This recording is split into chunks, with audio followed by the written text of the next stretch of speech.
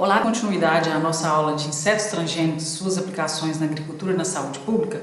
Eu inicio aqui então a segunda parte da aula. Bom, ficou faltando falar na primeira parte da aula de algumas técnicas que são utilizadas para a obtenção de transgênicos.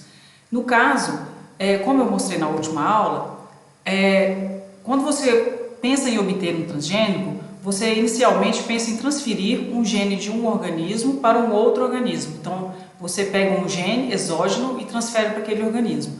No entanto, existem técnicas também de silenciamento genético, que eu mostrei na última aula, que são os knockouts, que eu mostrei inclusive uma foto de um gene que foi inativado numa planta, que era responsável pelo crescimento da planta, e com isso, com a inativação, a planta não crescia, Bom, então aqui só falando um pouquinho de uma outra técnica de silenciamento, que é o RNA de interferência, que é chamado também de RNAi, que consiste então em introduzir numa célula uma fita de RNA de fita dupla dentro da célula, e inicialmente essa enzima, que chama dicer, ela vai degradar então essa fita dupla e transformar então esse RNA em pequenos fragmentos. E esses pequenos fragmentos, eles são chamados de siRNA, que é do inglês de Small Interference RNA. Então, nada mais é do que um pedacinho de RNA interferente,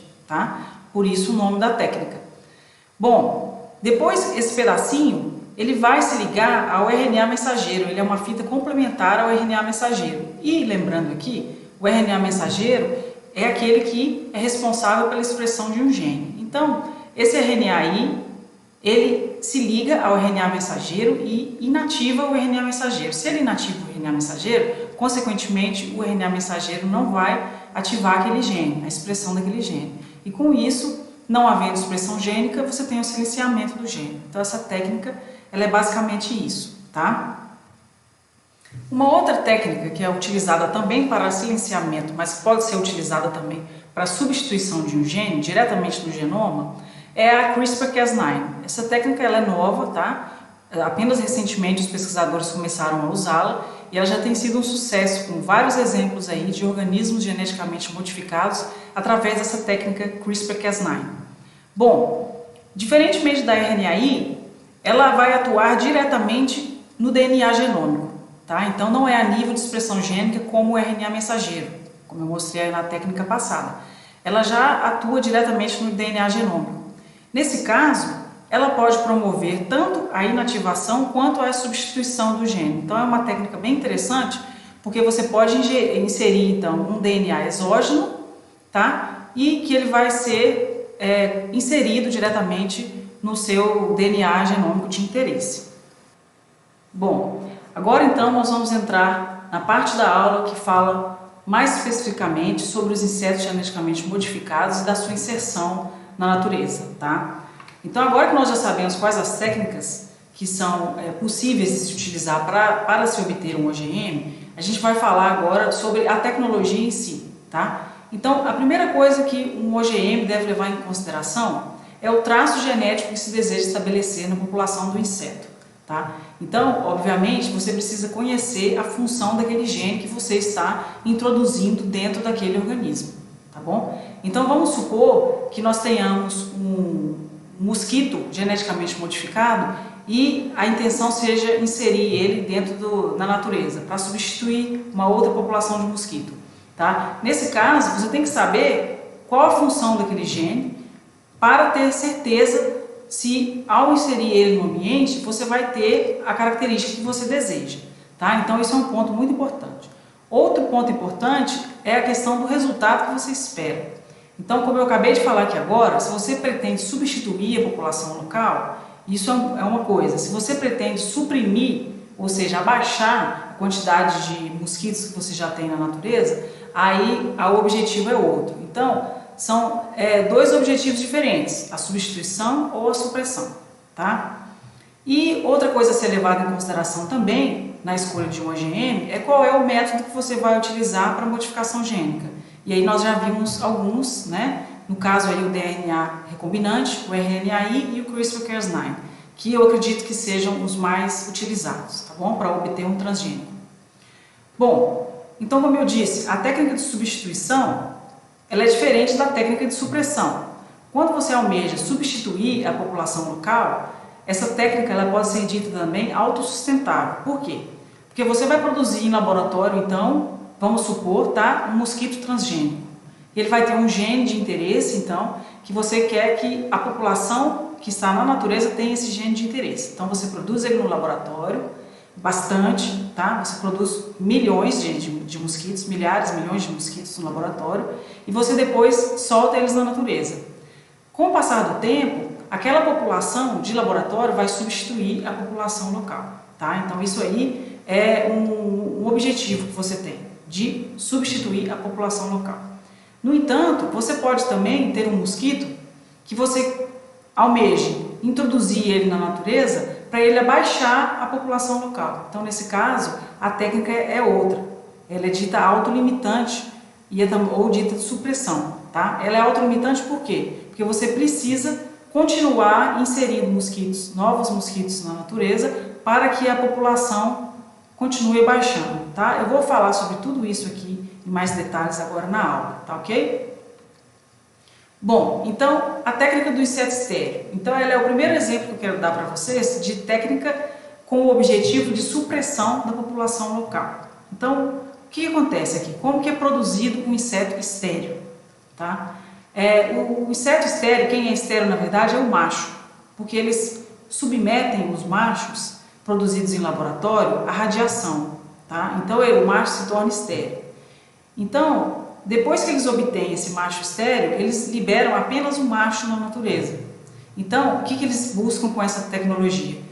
Eles querem que esse macho estéreo, que foi produzido no laboratório, copule com uma fêmea selvagem, então a que está lá na natureza, e que a prole daquele casal, né, seja inviável. Então, o acasalamento não vai produzir prole, né? Isso significa que, com o passar do tempo, quanto mais machos eu for liberando na natureza, mais eles vão copulando com as fêmeas, né, na natureza, e a população tende a baixar porque eles não estão gerando prole, né? Então os ovos não são viáveis, não geram larvas, não geram pupas, não geram outros, no caso aqui, como demonstrado aqui na figura, não geram outras moscas, tá? Então a tecnologia por trás da técnica do inseto estéreo é essa: você esteriliza o macho no laboratório, insere esse macho de laboratório na natureza e com o passar do tempo a população vai caindo.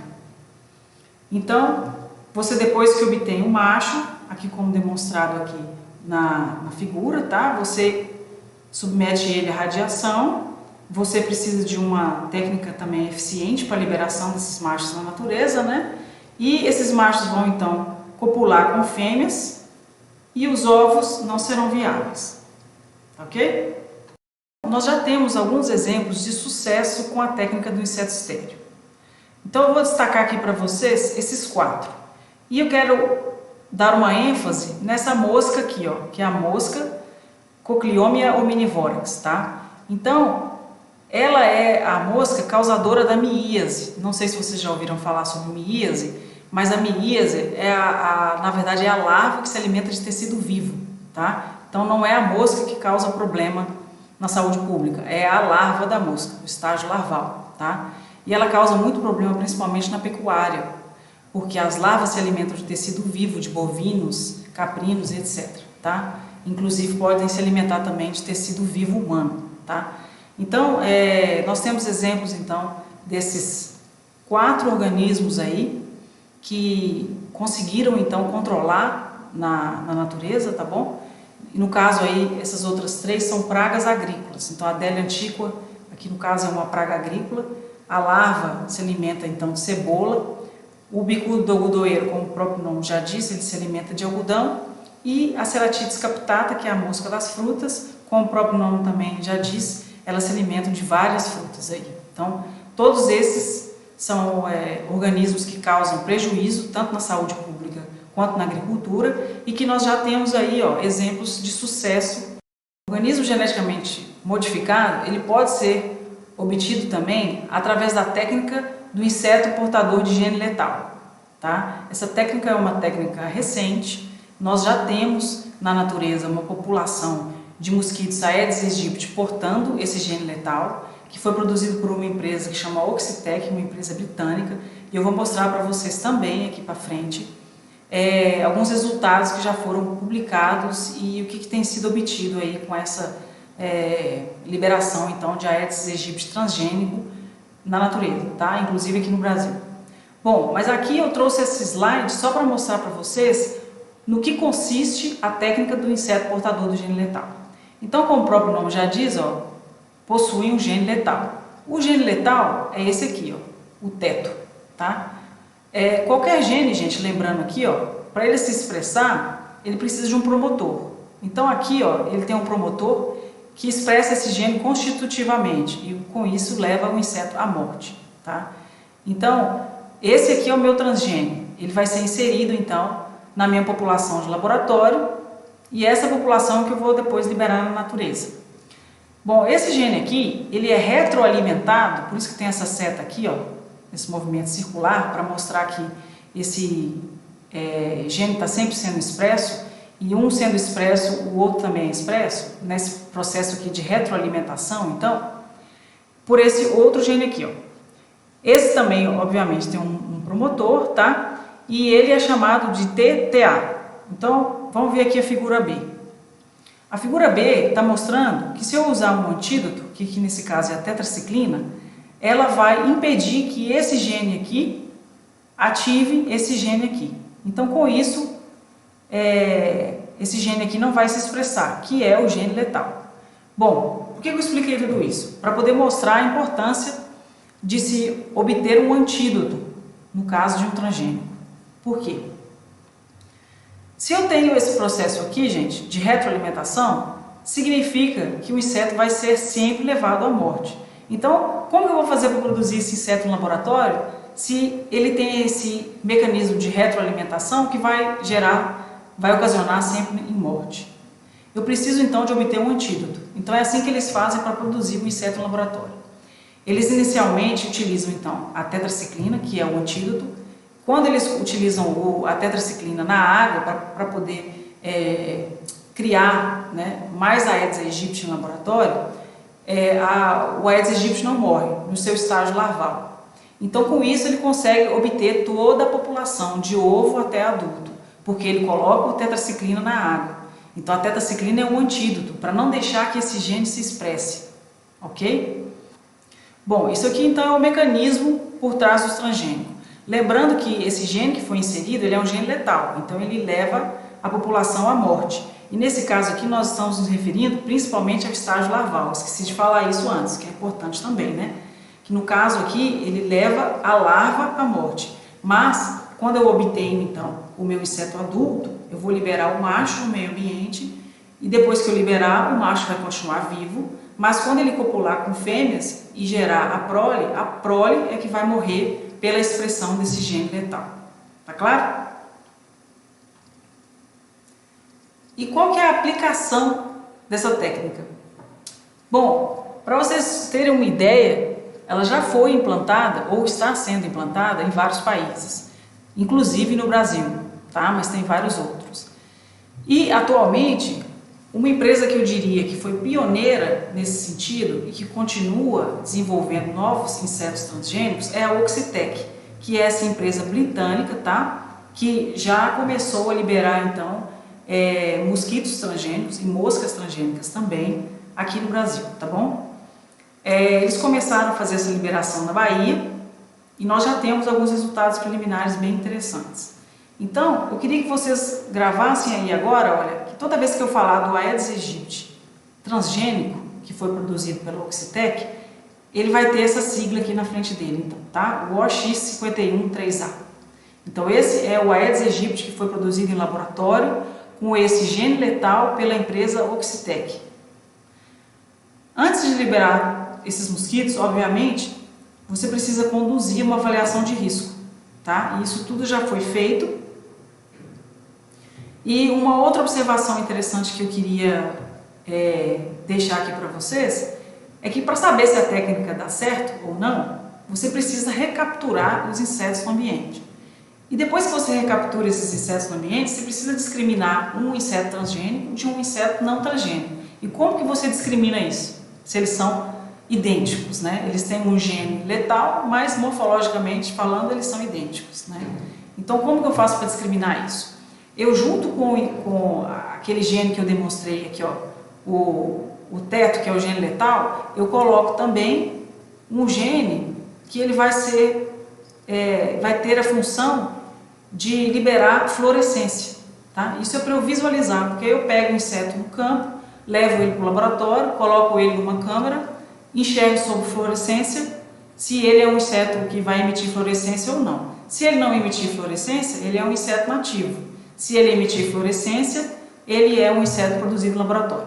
Então, juntamente com o teto, olha, esses Aedes aegypti, então, que foi produzido pela empresa Oxitec, juntamente com o gene letal, foi introduzido também um gene marcador de fluorescência, tá? É simplesmente para poder possibilitar, então, essa triagem, essa discriminação entre quem é nativo e quem não é nativo.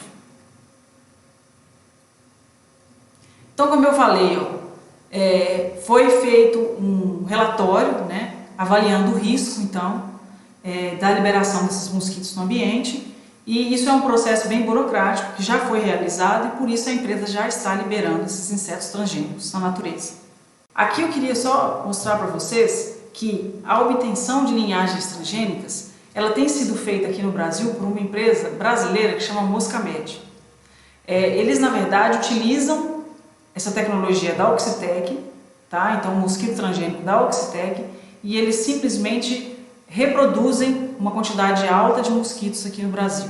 Então, até onde eu sei, essa empresa ainda não foi comprada pela Oxitec e eu acredito que eles trabalhem em parceria. Então, a Oxitec empresta, né, a tecnologia para a Moscamed que reproduz, então, um número massivo de mosquitos para serem liberados no ambiente. Então, é uma parceria entre essas duas grandes companhias. Até onde eu sei, a Oxitec não comprou a Moscamed, tá bom? E aqui eu trouxe para vocês, só para exemplificar, tá? Que a triagem dos filhotes, então, no caso aqui das larvas, né? Ela é feita sob luz fluorescente. Então, aqui, só mostrando aqui para vocês um exemplo aqui de como seria uma obtenção de uma linhagem transgênica. E lembrando que é preciso produzir milhares de mosquitos, gente. E a título de curiosidade, cada mosquito transgênico, ele custa em média R$30. Então, só para vocês terem uma noção, quando eles fizeram o primeiro estudo, eles liberaram lá na Bahia mosquitos para uma população de 200 mil habitantes. Então, se você pensar que são 200 mil habitantes, cada mosquito custa R$30, você tem no final 6 milhões de reais gastos para a obtenção de mosquitos transgênicos, né? Então, assim, é uma tecnologia cara também, né? Mas a gente tem que pensar sempre no custo e no benefício, né? Se você consegue erradicar realmente uma população de Aedes aegypti dentro de um local, o ganho financeiro, né, e a nível de saúde pública é muito alto. Então a gente tem que pensar, né, em tudo isso. Como que é feito então a produção e a liberação de machos da Oxitec? Então, inicialmente, você precisa de uma produção massiva, né, de ovos. Você precisa da geração de liberação, que é ovos e pupa, e você precisa separar as pupas macho das pupas fêmea, porque você libera no ambiente apenas os machos, tá? E você vai colocar eles então em potes de liberação, que serão depois, posteriormente, liberados na natureza. Bom, a gente diz, gente, que para essa tecnologia aqui ser eficiente, a gente tem que saber mais ou menos o tamanho da população em termos de pessoas e também de mosquitos. E você vai ter uma estimativa da quantidade de mosquitos que você acha que tem naquele ambiente, e você tem que liberar 9 vezes mais macho do que a população que já está na natureza. Então é um processo bem complicado, principalmente no que se diz respeito à criação massal do mosquito, porque você precisa de muito mosquito, né? E isso não é fácil. Então é por isso também que as empresas têm que fazer parcerias umas com as outras, porque produzir uma quantidade alta assim de mosquito é muito complicado. Aqui eu tirei um print, então, lá da página da Oxitec, para mostrar para vocês que eles conseguiram reduzir a população de Aedes aegypti selvagem em dois bairros. Aqui no caso, o bairro de Itaberaba e o bairro de Mandacaru, tá? Ambos pertencem a Juazeiro, na Bahia. Então, para vocês verem, olha, que deu certo, tá? Deu certo e agora existem mosquitos transgênicos naquela área. E é isso aí que depois eu quero falar um pouquinho, das consequências da introdução de mosquitos transgênicos. Então aqui, gente, eu vou mostrar para vocês os primeiros resultados obtidos após a liberação desses Aedes aegypti transgênicos, que foi realizada então aqui em Itaberaba, na Bahia. Tá? Então eu vou mostrar esses resultados aqui, ó. Então esses resultados eles foram publicados aqui em 2015, já tem um tempinho, né? E eu quero mostrar para vocês então o que esses pesquisadores observaram. Depois da liberação então do Aedes aegypti, tanto nessa área A quanto nessa área B aqui, ó, eles fizeram a coleta dos Aedes aegypti encontrados no local. Então eles instalam, depois de liberar os Aedes aegypti, no caso só macho, né? Depois de liberar os Aedes aegypti lá no local, eles fazem um monitoramento desses Aedes aegypti utilizando ovitrampas, tá? Ovitrampas são potinhos que eles instalam em locais específicos, pode ser dentro de casa ou fora de casa, para poder ter uma noção da quantidade de Aedes aegypti que vai opositar lá naquele potinho com água, tá? E ter uma noção da população, do nível populacional, então, de Aedes aegypti no local. Aqui, então, são os resultados que eles obtiveram. Como eu mostrei lá no slide passado, eles obtiveram 93% de sucesso com a liberação do mosquito transgênico. Eles perceberam que o mosquito transgênico substituiu a população de mosquito local, tá? E que a densidade desses mosquitos, ela diminuiu. Então, olha só, aqui no gráfico a gente tem população de Aedes aegypti por hectare na área tratada. Então, a área tratada é a área que liberou o Aedes aegypti transgênico. Então, o Aedes aegypti foi liberado, teve uma oscilação aqui no início, aí depois a população começou a cair. Então, isso significa que nas ovitrampas que eles instalaram nesses locais específicos, foram apresentando um número cada vez menor de ovos, consequentemente, da população de Aedes aegypti. Essa população de Aedes aegypti, produzida em laboratório pela Oxitec, ela já foi liberada em Itaberaba, Piracicaba e Juiz de Fora. E uma segunda geração agora já está disponível pela empresa e já foi liberada em Indaiatuba. Então, eu quero falar um pouquinho para vocês aqui agora sobre a primeira geração e as diferenças dessa primeira geração com a segunda geração. A diferença principal é que esse gene letal, ele não elimina os machos, tá? Então, isso é extremamente interessante do ponto de vista da introdução da técnica na natureza. Por quê? Porque se você produz um mosquito transgênico em laboratório, você libera apenas os machos na natureza. E esses machos, então, portando o gene letal, vão acasalar com fêmeas selvagens. E aí o que vai acontecer com a prole? A prole vai ser portadora daquele gene letal e vai morrer, tá? No caso, essa é a técnica por trás da primeira geração do mosquito Aedes aegypti da Oxitec. Já a segunda geração, ela permite que apenas os machos sobrevivam. Então mata as fêmeas, mas não mata os machos. E com isso, você começa a ter mais ciclos na natureza. Então você tem que liberar menos mosquitos na natureza. Então a segunda geração desse Aedes aegypti transgênico, produzido pela Oxitec, tem essa grande vantagem em relação à primeira geração, tá? Atualmente, então, a Oxitec tem um portfólio com vários produtos agrícolas e produtos para a saúde pública. Então, para a saúde pública, eu já falei um pouquinho para vocês, né, que é com relação a principalmente esse mosquito que causa grande problema na nossa sociedade, que é o mosquito da dengue, o Aedes aegypti, mas eles também têm mosquitos Aedes albopictus transgênicos. Com produtos agrícolas, então, nós temos a Ceratitis capitata, temos a mosca da oliveira, temos a traça das crucíferas, a lagarta rosada e a mosca do vinagre. Então eu vou falar um pouquinho aqui para vocês agora, só para falar um pouco de produtos agrícolas, sobre a mosca das frutas.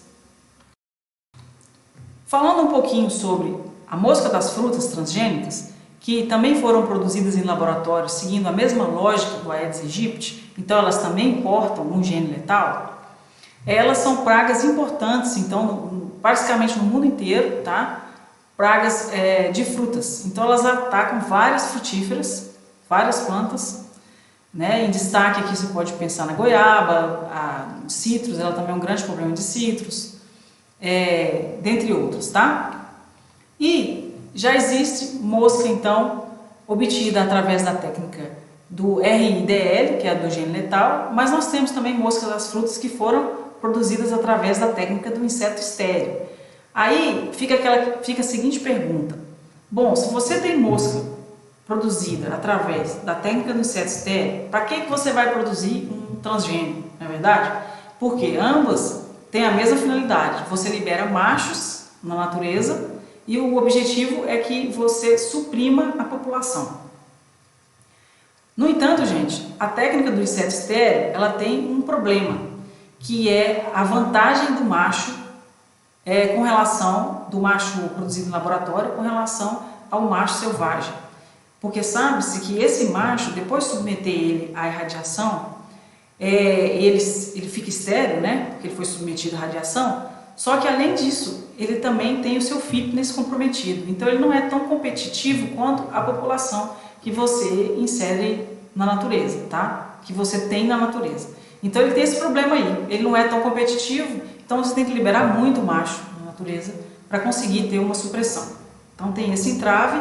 E esse problema não existe na obtenção de insetos transgênicos, né, através dessa técnica aí do gene letal. Então é basicamente por isso que hoje eles estão fazendo essa tentativa então de introduzir mosca das frutas transgênicas a partir dessa técnica do gene letal, ok? Então eu trouxe aqui para vocês um resultado só para mostrar que esses machos eles são competitivos, né, quando comparados com os machos selvagens. Aí, lembrando que eu acabei de falar, lá na frente, olha, sobre a fluorescência. Olha que interessante. Aqui você tem, então, uma mosca transgênica da Oxitec também, ó, tá vendo? Tem o OX aqui na frente. Então, tem essa linhagem produzida pela Oxitec, tem essa linhagem produzida pela Oxitec, e aqui você tem a linhagem selvagem, que é a que está lá na natureza. Se você coloca sob luz fluorescente, ó, você não, sobre UV, ultravioleta, você não observa a fluorescência, tá? Então assim você consegue discriminar a mosca que você captura lá no ambiente, se ela é transgênica ou se ela é a mosca selvagem. E se você observa na luz branca, na luz normal, você obviamente não vê diferença nenhuma entre as moscas, tá? Então essas moscas transgênicas, elas têm esse transgene, né, esse gene letal, mas elas não apresentam diferenças morfológicas nenhuma, quando comparadas com a população local. E também são consideradas competitivas, tão competitivas quanto as que estão no ambiente, e aqui nesse estudo eles mostram, inclusive, que a mosca transgênica produzida em laboratório, ela inclusive, mais competitiva do que a selvagem, no caso aqui do macho que nós estamos falando, né, porque sempre libera os machos. Aqui esses autores, então, demonstraram que se você submete a mosca a um estresse, aqui no caso falta de alimento e água, com o passar do tempo, obviamente elas vão morrer, né? Elas vão estar sem comida e sem água. Só que as moscas produzidas, as linhagens transgênicas produzidas pela Oxitec, olha, no caso essa daqui, ó, OX3647K, ela tem uma vantagem quando comparada com essas outras populações aqui selvagens, no que se diz respeito à sobrevivência, que é o número de moscas vivas, tá? Então essa diferença foi significativa e os autores chegaram à conclusão de que, se comparar as duas populações, as duas linhagens, a linhagem transgênica ainda tem um ganho, um pequeno ganho aí no fitness com relação à mosca selvagem. Nesse mesmo estudo, eles demonstraram que a população de moscas transgênicas ela foi capaz de suprimir a população de moscas selvagens. Então isso pode ser bem simplificado aqui através desse gráfico, e lembrando que eles fizeram esse experimento aqui em laboratório, então foi em pequena escala, tá? Então o que eles observaram? Que na gaiola controle, que é a gaiola em que eles colocaram apenas moscas selvagens, a população, então, a quantidade de fêmeas adultas, ela se manteve praticamente constante com o passar das semanas. No entanto, Nas gaiolas em que eles colocaram apenas as moscas transgênicas, olha, foi se observando ao longo do tempo que a população foi caindo. E aqui no caso chegou até a erradicação, então, dessa linhagem aqui, ó, transgênica. E aqui nesse caso aqui dessa outra linhagem, não chegou a erradicar a população, mas chegou a próximo aí, ó, de 95%, tá? Então as gaiolas tratadas aqui, elas representam então moscas transgênicas e as gaiolas controle, moscas selvagens. Então demonstrando que em pequena escala eles obtiveram sucesso, o que indica que em larga escala vai acontecer a mesma coisa, então se liberarem essas moscas no ambiente, tá? Então, em teoria, a técnica deu certo. Existem preocupações associadas ao uso de insetos transgênicos. A primeira delas, e a mais importante na minha opinião, é a exposição à tetraciclina no ambiente. Porque como eu falei lá no início da aula, a tetraciclina inativa o gene letal. Se ela inativa o gene letal no laboratório para produzir mais mosquitos, se é o que eles fazem, né, como rotina, colocam tetraciclina na água, a tetraciclina inativa o gene letal e com isso eles conseguem produzir várias gerações de mosquito, pode ser que se o mosquito encontrar com tetraciclina no ambiente, o gene também vai ser desativado. Isso é completamente possível porque a tetraciclina é um dos antibióticos mais utilizados na saúde humana e na veterinária também, né? Isso quer dizer que eles podem muito bem parar no ambiente e com isso inativar a ação do gene letal. Então isso é uma preocupação muito grande e eu colocaria aqui em primeiro lugar. Em segundo lugar, é que pode haver alteração no comportamento das fêmeas. Sabe-se que fêmeas elas evitam copular com machos estéreis. Então o macho obtido através daquela técnica de inseto estéril, já tem artigos publicados, estudos que demonstram que as fêmeas mudam o seu comportamento e passam a ser mais seletivas e não copulam com machos estéreis. O que significa que isso pode acontecer também, né, com os insetos, com os machos transgênicos. Então a gente ainda não sabe se isso pode acontecer, mas é uma preocupação. Outra questão é o aumento da população de pragas competidoras. Isso aqui é muito importante, porque a gente tem sempre que lembrar que como um todo, né, do ecossistema como um todo. Então, se você elimina uma praga, você pode vir com o tempo a aumentar o índice de uma outra praga, seja uma praga agrícola, seja uma praga urbana. Outra preocupação aqui, ó, quais as consequências da introdução de um organismo exótico em um novo ambiente? Essa é uma dos grandes entraves aí, né, dos transgênicos. Acho que essa aqui é a principal preocupação dos órgãos públicos quando se pensa na introdução de um organismo exótico em um ambiente que não tem aquele organismo exótico, né? O que pode acontecer com a ingestão desses organismos transgênicos por predadores naturais? Isso também a gente não sabe, mas se você pensar que um predador natural vai estar ingerindo também um organismo modificado com gene letal, pode ser que haja, por exemplo, transferência horizontal do gene letal para aquele outro organismo e que ele passe a ser letal também para aquele outro organismo. Então, enfim, essas questões todas ainda estão em discussão, né? Mas são preocupações que têm que ser levadas em consideração antes de liberar um transgênico. Como conclusões gerais, eu gostaria de deixar para vocês esse slide aqui. Primeiro, nós falamos então, aqui nessa aula, sobre as várias formas que nós temos de obter um inseto transgênico. Pode ser através da inserção de genes de interesse, né? E nós falamos dessas técnicas aí, o DNA recombinante, a técnica do gene letal e a CRISPR-Cas9. A gente pode também inativar genes através do RNA de interferência e também do CRISPR-Cas9, ou a gente pode expor os machos à radiação e torná-los estéreis, né? Então, são formas diferentes de se obter um transgênico.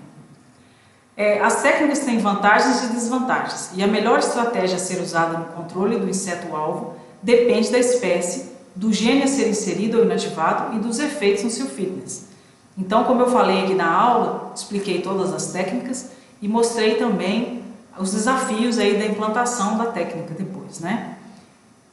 Os riscos para o ambiente e as estratégias emergenciais para contornar os problemas que podem vir a ser desencadeados são geralmente negligenciados. Então, a gente fala muito do que aconteceu depois que inseriu, né, gente? Mas a gente vê que estudos mostrando quais são os riscos e quais as estratégias que devem ser empregadas depois que que der tudo errado, vamos assim dizer, a gente ainda não sabe, né? A gente não tem estudo sobre isso. Então isso é algo que precisa de atenção no momento. Finalizando a aula, todas as técnicas de controle, então, que já foram mencionadas, como controle cultural, controle comportamental, controle químico, controle biológico, essas técnicas foram mencionadas em outras aulas. Se vocês quiserem saber mais a respeito, podem olhar no meu canal que vocês vão conseguir acessá-las também, tá? O controle genético, então, utilizando organismos geneticamente modificados, nada mais é do que mais uma técnica que precisa ser integrada no controle para que esse controle seja eficiente, tá? E aí eu acrescentei aí, ó, além do controle, a vacinação, a participação da população e do governo e a epidemiologia da ocorrência de pragas e doenças, que são outros 3 pontos também muito importantes, né, que vão além do controle, mas que, junto com o controle, auxiliam, então, no combate às pragas urbanas e pragas agrícolas, tá, gente? Então, eu queria agradecer muito a atenção de todos vocês e me sigam lá no meu canal para ter acesso a mais vídeos. Obrigada!